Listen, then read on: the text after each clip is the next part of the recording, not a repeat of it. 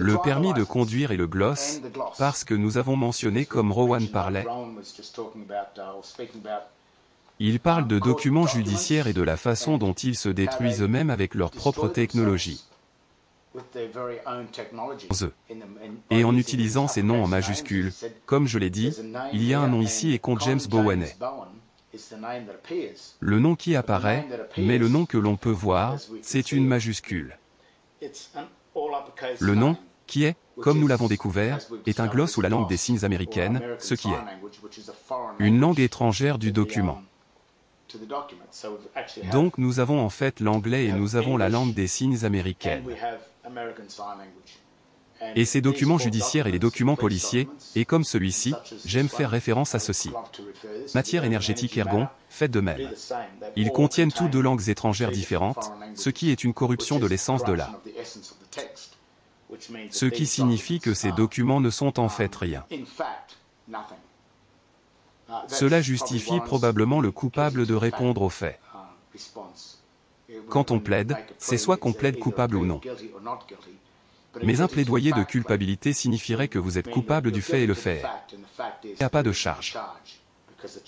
Parce que l'accusation n'existe pas parce que le document a été corrompu par l'autorité elle-même. Créez le document. Mais je veux aussi passer au permis de conduire parce qu'il contient aussi, c'est une carte. Il a une tête, il a un autographe, mais là où il dit, celui-ci est juste un échantillon. Citoyenne génie, mais il est aussi écrit, comme si vous vérifiez votre propre permis de conduire. Il est également écrit dans le gloss, qui est le texte en majuscule qui apparaît dans le Chicago S. Manuel des styles. Qui apparaît dans le manuel des signes américaines, ou comme un gloss, dont les glosses sont utilisés dans cette langue, qui. C'est le texte en majuscule, qui, comme je le répète, est la corruption de la.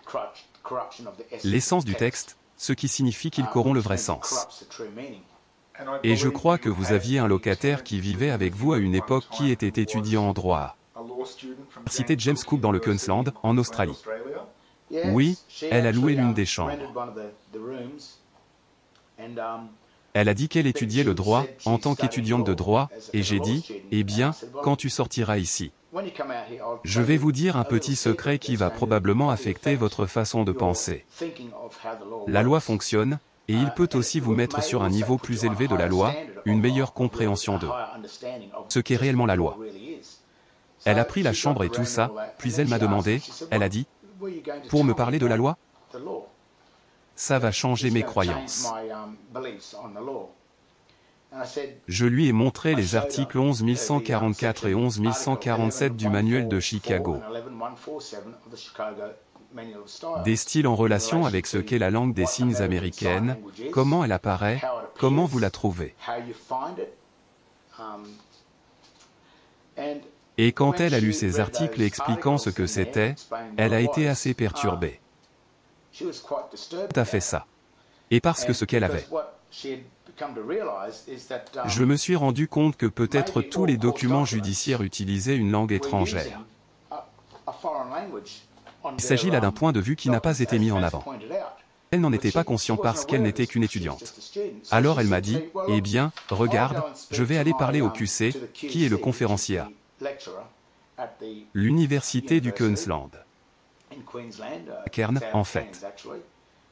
Je lui demanderai son avis sur ce qu'il pense de ce style américain, majuscule de la langue des signes américaine. Et elle est revenue dans quelques jours très perturbée et a dit qu'elle allait quitter le droit. Je ne vais plus y être impliqué. Je t'ai dit que je ne voulais pas te déranger. J'ai dit, qu'est-ce qui s'est passé? Et elle a dit qu'elle était préoccupée par ce que j'avais dit parce qu'il apparaît partout. L'article, comme vous pouvez le voir, nom de la ville. Et quand elle a découvert que s'il n'y avait pas de juridiction entre l'anglais et la langue des signes américaine, eh bien alors elle était préoccupée que tous ces documents judiciaires qui ont peut-être un peu des anglais ici, et puis des parties très importantes sont écrites dans une langue étrangère entièrement en majuscules. Alors cela enlève cela du document et rend le document comme rien. Et elle s'inquiète d'être impliquée, si c'est le cas. Alors ce serait une fraude ou un crime de quelque sorte. Elle a dit qu'elle n'était pas une criminelle. Elle pensait aider les gens. Bien le QC, quand on lui a demandé à ce sujet, il lui a dit. Parler de son conférencier. Son conférencier était aussi un QC. Qui était un? Oui, selon cet élève, elle a dit qu'il était un QC. Et sa réponse à la langue des signes américaine utilisée dans les documents judiciaires était qu'il y a des choses dont il ne faut jamais parler. Elle m'a dit, jamais, si vous voulez rester en droit, étudier le droit ou devenir avocat. Il a dit que cela ne devrait jamais être mentionné. En d'autres termes, il lui a dit, il n'a pas répondu à la question. Mais il lui a dit de ne jamais répéter ce qui lui avait été dit, de moi à elle. Elle n'a pas dit d'où elle venait, elle a juste posé la question. Et il lui a aussi dit, pour ne plus jamais le répéter. Est-ce qu'il était curieux de savoir d'où elle avait obtenu l'information? Oui, elle l'était, elle n'a pas dit qui lui a dit. Mais elle a mentionné le livre. Et la question était, y a-t-il compétence entre deux langues différentes sur un même document? C'est la première question. Et est-ce que c'est anglais? Est-ce que c'est écrit sur un document en anglais? Bien sûr. Ce n'est pas en anglais. A-t-elle compétence dans ce domaine? Et si elle n'a pas de juridiction? Alors cela ne rendrait pas leur système judiciaire corrompu, fausse, trompeuse ou cachée, quoi qu'elle soit. Et il l'a averti de ne plus jamais en parler. Parti.